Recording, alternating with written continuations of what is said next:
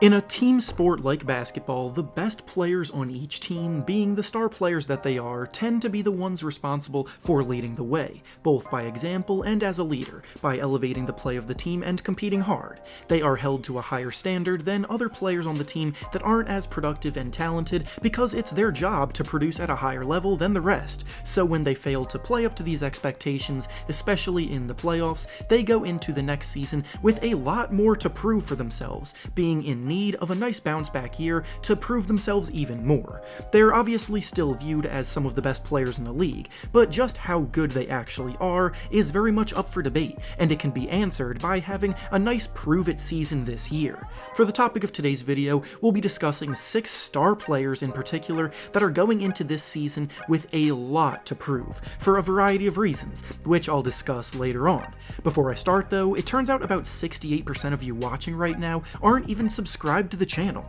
so please, if you enjoy the content, consider hitting the subscribe button, as not only does it help out a ton, but I would also very much appreciate it. Now with that being said, let's begin. The first star player going into a prove yourself year this season is probably the most obvious selection of the video, being Paul George of the Los Angeles Clippers. I've talked about this subject numerous times already on this channel, and most of you should already know the deal with the Clippers after last season, but basically, Paul George has a lot to prove this year. He was brought into the team a year ago to be an elite second option alongside Kawhi Leonard and help the Clippers become title contenders, but to put it simply, his year did not go down that way at all. His playoff showing was a disaster throughout, including several games where his shooting woes were on display, and it was all capped off by that infamous Game 7 elimination game where he only scored 10 points, including 0 in the fourth quarter, while hitting the side of the backboard on a shot. And when the team lost, reports began swirling about his reputation taking a hit in the team's locker room. I really don't think it's possible to be in a bigger need of a bounce-back season than it is for George this year, and the thing is that he has it in him to do it. George has genuinely been one of the best wing players in the league for years now, but a lot of what holds him back is the mental side of things, so it will be very interesting to see how he plays throughout the upcoming season.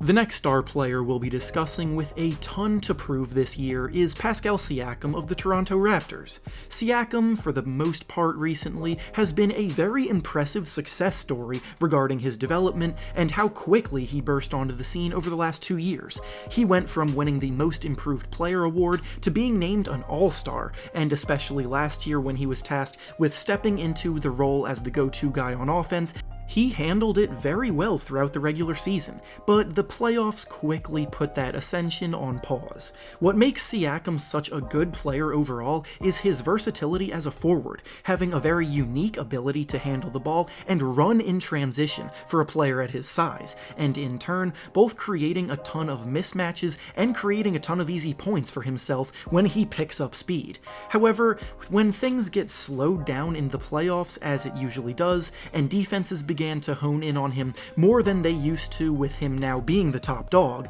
he struggled. In half-court settings, his moves became predictable, his jumper was not falling, and all in all, production took a sizable dip from the regular season to the playoffs, only putting up 17 points per game on 39% shooting from the field and 19% shooting from 3 in the playoffs last year. It was, however, his first year being in that big of a role, so I will cut him some slack. But if he wants to truly be considered amongst the best in the league like he was trending towards last year, when he needs to show up in the games that are important in the playoffs and show improvement this season. The next star player entering a season with a lot to prove is Russell Westbrook of the Washington Wizards. These last few weeks have been wildly eventful in the NBA world, and a lot of it has had to do with the trade made between the Rockets and Wizards that sent Russ to Washington, along with the drama that has ensued afterward. Russ is getting yet another fresh start on a new team, and honestly this is probably for the best for his own sake.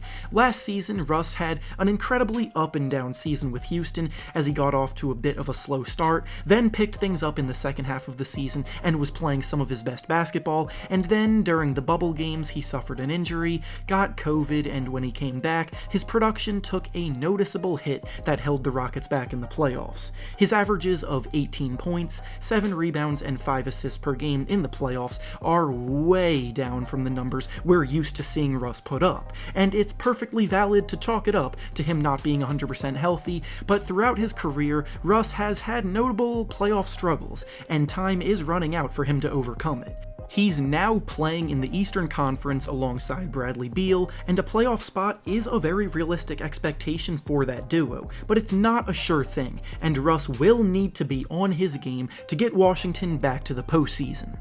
Now, the next star player with a lot to prove we'll be discussing was actually the player that Westbrook was traded for, being John Wall of the Houston Rockets. The Rockets and Wizards made a trade where they swapped point guards, and admittedly, many have come away wondering if either team even got better as a result of the deal. At his best, Wall was a borderline top 10 player in the league and one of the most explosive and productive players at the point guard position out there, but the issue is that he hasn't played in about 2 years because of injuries, so the player he's going to be now is totally up in the air and a mystery. A lot of drama is currently going down in Houston with James Harden and everything about that situation, but outside of that, Wall needs to show the world that he can still be a top player at this position in order to make this trade worth it. He's been putting in a lot of work in his time off, and admittedly, he has looked very good in workouts, practices, and all of the like, but playing real NBA games are always different, and it's going to be an adjustment for him to get back to used to the tempo of the games.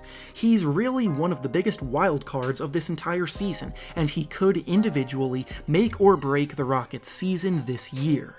The next star player going into a season with a lot to prove is Devin Booker of the Phoenix Suns. Booker's been one of the most productive young players in the NBA the league has seen in a while, and his scoring numbers match those of some of the all-time greats at his age. However, he's always been put at bay by the fact that his production has always come on teams at the bottom of the standings, so people have always been a bit hesitant regarding putting him with the best in the league. Without a shred of a doubt, the talent is there with him to be one of the best guards in the entire league, but success in the postseason is usually what confirms this notion for players of this tier, and while the teams around him have definitely never really been talented enough to warrant legitimate playoff expectations, that changed this offseason. The Suns traded for Chris Paul to play alongside Booker in the team's backcourt this season, and they're locked and loaded with talent across the board, looking better than they have in a while. So this year, there's no excuses. Something seemed to really click with the Suns in the bubble last year, so hope is that they can carry that momentum over into the upcoming season while also integrating a great point guard like Chris Paul into the system. But ultimately, how far they go as a team will come down to Booker proving himself as a great talent in this league.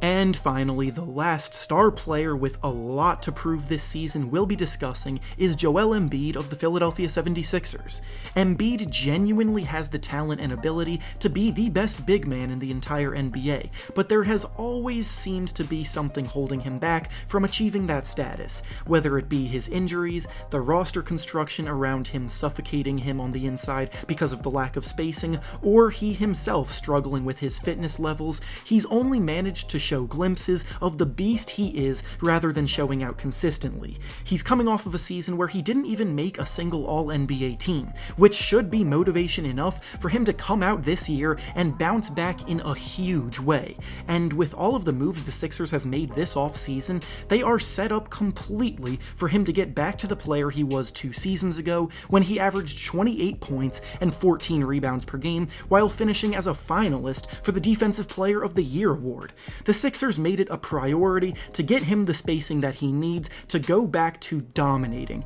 and now it's up to him to return to the superstar self that he is and lead the Sixers on a deep run in the postseason. And with that being said, that's all I have for you today. Make sure to like the video, subscribe to the channel, and comment down below what kind of seasons you think these players will be having this year. Thanks for watching, and I'll see you all next time.